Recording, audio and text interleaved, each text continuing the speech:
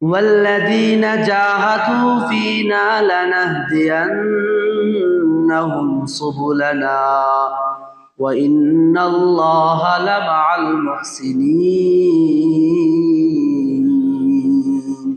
আল্লাহ রাব্বুল আলামিন কুরআনুল কারীমের মধ্যে বলেন যে আমার রাস্তায় চলার জন্য চেষ্টা করে মেহনত করে ফিকির করে আমি আল্লাহ রাব্বুল আলামিন আমার রাস্তায় তাকে চলার জন্য সহজ করিয়ে দেই। বান্দার কাজ হইল চেষ্টা করা। বান্দা চেষ্টা করবে জাহান্নাম থেকে, বান্দা বাঁচার জন্য চেষ্টা করবে, বান্দা জান্নাতে যাওয়ার জন্য চেষ্টা করবে, বান্দা নামাজ পড়ার জন্য চেষ্টা করবে, বান্দা রোজা রাখার জন্য চেষ্টা করবে, বান্দা দাড়িটাকে লম্বা করার জন্য চেষ্টা করবে, বান্দা মাথার মধ্যে টুপি রাখার জন্য চেষ্টা করবে, বান্দা গায়ে লম্বা জামা পরার জন্য চেষ্টা করবে, আর সফলতা দিবেন আল্লাহ। বান্দার কাজ হলো বান্দা চেষ্টা করবে আর সফলতা দিবেন আল্লাহ। বান্দা নামাজ পড়বে, রোজা রাখবে, হজ করবে, যাকাত দিবে, সমস্ত নেক আমল করার পরেও বান্দা জান্নাতে যাবে কিনা বলা যায় না। নেক আমল দিয়ে বান্দা জান্নাতে যাবে কিনা বলা যায় না। কিন্তু আল্লাহ রাব্বুল আলামিনের ওয়াদা হইল যদি কোনো বান্দা আমার রাস্তায় চলার জন্য চেষ্টা করে, ফিকির করে, আমি আল্লাহ রাব্বুল আলামিন তাকে জান্নাতে প্রবেশ করিয়ে দিব। এটা আল্লাহর ওয়াদা। আল্লাহ যাকে চাইবেন তাকে জান্নাত দিবেন, কিন্তু আমাদেরকে চেষ্টা চালিয়ে যেতে হবে। আর অল্প একটু আমল করেই যদি হয়রান হয়ে যায়, আরে এই অল্প আমল দিয়ে তো দূরের কথা, কোনো আমল দিয়েই আমরা জান্নাতে যাইতে পারবো না। কেউ না, আল্লাহ রাব্বুল আলামিন আমাদেরকে না চাইতে হাজার হাজার হাজার হাজার নিয়ামত আল্লাহ রাব্বুল আলামিন আমাদেরকে দিয়ে রাখছেন। কিরকম ভাবে দিয়ে রাখছেন দেখেন। বাচ্চা যখন সন্তান মায়ের গর্ভের মধ্যে আসে, আল্লাহ রাব্বুল আলামিন ৭০,০০০ ফেরেশতা খেদমত করার জন্য তার পিছনে রাইখা দেন। ২ শিফটে ১,৪০,০০০ ফেরেশতা আল্লাহ রাব্বুল আলামিন ওই মায়ের গর্ভের মধ্যে থেকে ফেরেশতাদেরকে লাগিয়ে দিয়েছেন খেদমতের জন্য, আপনার আমার খেদমতের জন্য। আল্লাহ রাব্বুল আলামিন ১,৪০,০০০ ফেরেশতা লাগাই দিয়েছেন। আল্লাহ রাব্বুল আলামিন তো আমাদের কাছে ইবাদত পাও না। আল্লাহ রাব্বুল আলামিন আমাদের কাছে ইবাদত পাও না। কেননা এই ইবাদতের আল্লাহ রাব্বুল আলামিন ওয়া মা খালাকতুল জিন্না ওয়াল ইনসা ইল্লা লিয়াবুদুন। আল্লাহ রাব্বুল আলামিন বলেন মানুষ এবং জিনকে একমাত্র আমার গোলামি করার জন্য সৃষ্টি করেছি। আল্লাহ রাব্বুল আলামিন যে আপনাকে আমাকে আল্লাহ রাব্বুল আলামিনের গোলামির জন্য সৃষ্টি করলেন, গোলামি করার জন্য যে বললেন, এর আগে আল্লাহ রাব্বুল আলামিন আপনাকে আমাকে কত নিয়ামত দিবেন, কত নিয়ামত দিবেন যা গুণে গুণে শেষ করা যাবে না। মায়ের গর্ভের মধ্যে আল্লাহ রাব্বুল আলামিন আপনাকে আমাকে লালন পালন করলেন।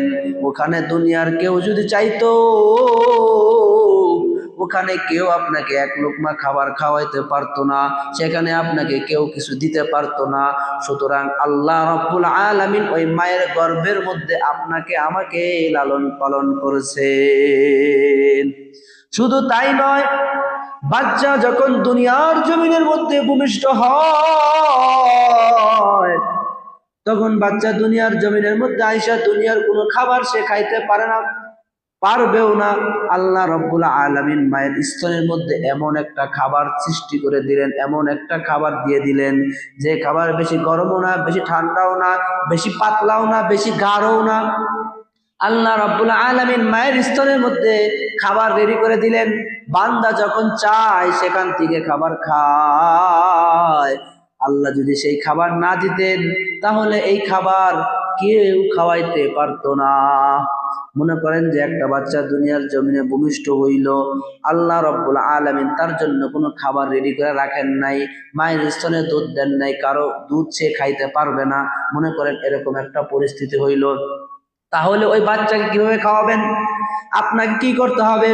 ওই বাচ্চার মুখের থেকে লালা বাহির করতে হবে। লালা বাহির করে ওই বাচ্চার লালাটাকে নিয়ে ল্যাবের মধ্যে যেতে হবে। ল্যাবের মধ্যে যাওয়ার পর টেস্ট করতে হবে। টেস্ট করিয়া এরপরে দেখতে হবে বাচ্চার হজম শক্তির মধ্যে কোন খাবারটা শুট করে। এরপরে শুধু ওখান থেকে ল্যাবের রিপোর্ট আনিয়া আপনাকে যেতে হবে কার কাছে জানেন? একটা বড় শিপের কাছে যেতে হবে। ওই শিপ ওই ল্যাবের রিপোর্ট অনুযায়ী তার খাবারকে বানাইবে, বানানোর পর ওই খাবার বাচ্চাকে খাওয়াইতে হবে। আর ওই খাবার আপনি না ফ্রিজের মধ্যে রাখতে পারবেন, না কোনো জায়গায় রাখতে পারবেন।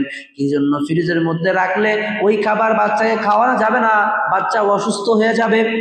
এই জন্য আপনাকে প্রতি বেলায় বেলায় শিফের কাছে গিয়ে গিয়ে খাবার বানায় আনতে হবে। এরকম ভাবে আল্লাহ রাব্বুল আলামিন আপনাকে আমাকে হাজার হাজার নিয়ামত দিয়া ভরপুর করে রাখছেন। বনি ইসরাইলের জামানায় একটা ঘটনা আল্লাহ রাসূল সাল্লাল্লাহু আলাইহি সাল্লামের কাছে হযরত জিবরাইল আলাইহিস সালামের মাধ্যমে আল্লাহ রাব্বুল আলামিন কিয়ামতের অবস্থা জানাইতেছেন। বনি ইসরাইলের জামানায় একজন আবেদ, সে মানুষের স্থান ছেড়িয়া ত্যাগ করিয়া সে বনে জঙ্গলে সে সমুদ্রের মধ্যে চলে গেছে। সমুদ্রের মধ্যে যাওয়ার পর ওইখানে একটা দ্বীপের মধ্যে সে ইবাদত বন্দেগী শুরু করছে।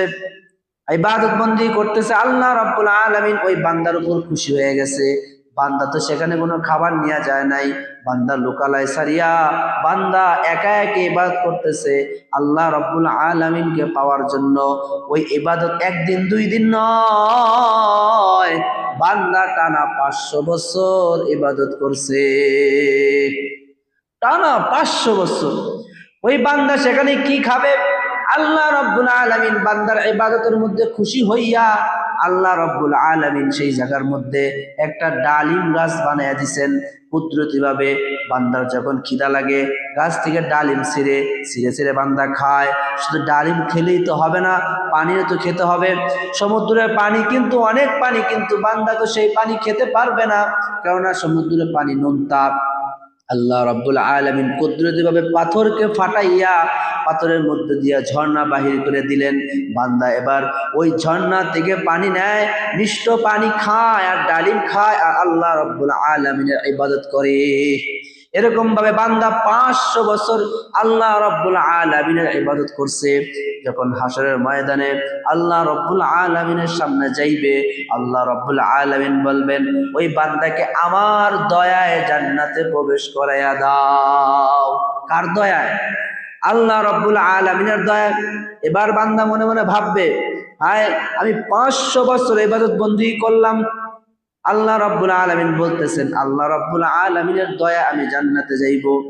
এবার বান্দা বলেই ফেললো, ওগো আল্লাহ, আমি যে 500 বছর টানা ইবাদত করলাম সে ইবাদতের কি অবস্থা হবে? আমি তো ইবাদতের জোরেই জান্নাতে যাইতে পারি।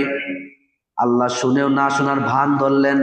আবার বান্দা বলছে, ওগো আল্লাহ, আল্লাহ আবার বলতেছে বান্দাকে লইয়া যাও, আমার দয়া তাকে জান্নাতে প্রবেশ করাইয়া দাও। বান্দা আবার আল্লাহ রাব্বুল আলামিনের কাছে প্রশ্ন করে বলে, ওগো আল্লাহ, আমি যদি আপনার দয়ায় জান্নাতে যাই তাহলে আমার টানা 500 বছরের ইবাদতের কি অবস্থা হবে? এরপর আল্লাহ রাব্বুল আলামিন ফেরেশতাদেরকে বললেন, যাও এই বান্দাকে জাহান্নামের পাশ দিয়ে ঘুরিয়ে নিয়ে আসো। যখন বান্দাকে জাহান্নামের পাশ দিয়ে ঘুরিয়ে নেওয়ার জন্য নিয়ে যাওয়া হইল, বান্দা যখন জাহান্নামের পাশ দিয়ে যায়, বান্দা গরম সহ্য করতে পারে না। জাহান্নামের আগুনে এত তাপ, এত গরম, বান্দার পানির পিপাসা লাগছে। বান্দার যখন পানির পিপাসা লাগলো, এবার বান্দা পানি পানি করে চিৎকার করতে লাগলো। বান্দা কিছু দূর এগিয়ে যেতেই দেখলো সামনে একজন মানুষ, একজন ফেরেশতা এক গ্লাস পানি নিয়ে দাঁড়িয়ে রয়েছে। এবার বললেন, ভাই আমাকে এক গ্লাস পানি দাও, আমার অনেক পিপাসা। ফেরেশতা বললে, এমনি এমনিতে তোমাকে পানি দেওয়া যাবে না, তাহলে কি করতে হবে? বলতেছে, তোমার 500 বছরের ইবাদত আমাকে দিতে হবে। যদি 500 বছরের ইবাদত দাও তাহলে আমি তোমাকে এক গ্লাস পানি দিব। বান্দা এত পানির পিপাসা মনে হবে কলিজা ছিঁড়ে যাইতেছে, বান্দার ভিতর থেকে জিহ্বা বাহির হয়ে আসতেছে। বান্দা 500 বছরের ইবাদতের দিকে তাকাইবে না। বান্দা এবার বলবে, ঠিক আছে, আমার 500 বছরের ইবাদত আমি তোমাকে দিলাম, তুমি আমাকে এক গ্লাস পানি দাও। বান্দা এবার এক গ্লাস পানি লইয়া বান্দা পানি খাবে। খাওয়ার পর আবার সামনের দিকে অগ্রসর হবে। আবার পিপাসা লাগবে, দেখবে আর একজন ফেরেশতা পানির গ্লাস নিয়ে দাঁড়িয়ে রয়েছে। এবার বলবে আমাকে এক গ্লাস পানি দাও। বান্দা, এবার ফেরেশতা বলবে আমাকে 500 বছর ইবাদত দিতে হবে। বান্দা বলবে আমার তো আর ইবাদত নাই, তাহলে তোমাকে পানিও দেওয়া যাবে না। এবার বান্দার হুঁশ হইল, হায় রে, আল্লাহ রাব্বুল আলামিন সেই সমুদ্রের মাঝখানে আমাকে কত হাজার হাজার গ্লাস পানি আমাকে খাওয়াইলো। এক গ্লাস পানির মূল্য যদি 500 বছর হয়, আর আমি কত হাজার পানি সেখানে খাইলাম। আল্লাহ রাব্বুল আলামিন বলবে যাও, এই বান্দাকে জাহান্নামের মধ্যে দাখিল করিয়া দাও। এবার বান্দা বলবে আল্লাহ, আপনি আমাকে মাফ করিয়া দেন, আমি আমার ভুল বুঝতে পেরেছি, আপনার দয়ায় আমাকে জান্নাত দেন। আল্লাহ বলবে ঠিক আছে যাও, তোমাকে আমার দয়ায় তোমাকে আমি জান্নাত দিয়া দিলাম। এবার বলেন আপনার আমার জিন্দিগির ইবাদত কয় বছরের ইবাদত? আপনার আমার জিন্দিগির হায়াত 70-80 বছর হায়াতের জিন্দিগি, আর তারা তো 500 বছরের ইবাদত করছে। 500 বছরের ইবাদত দিয়েও জান্নাতে যাওয়া যায় না। আমাদের মতো 60-70 বছরের ইবাদত দিয়ে আমরা কিভাবে জান্নাতে যাইব? এই জন্য আল্লাহর দয়ায় আমাদেরকে জান্নাতে যেতে হবে। আল্লাহ রাব্বুল আলামিনের ইবাদত আমরা বেশি বেশি করব। আল্লাহ রাব্বুল আলামিন আমাদেরকে তৌফিক দান করেন, সবাই বলে আমিন।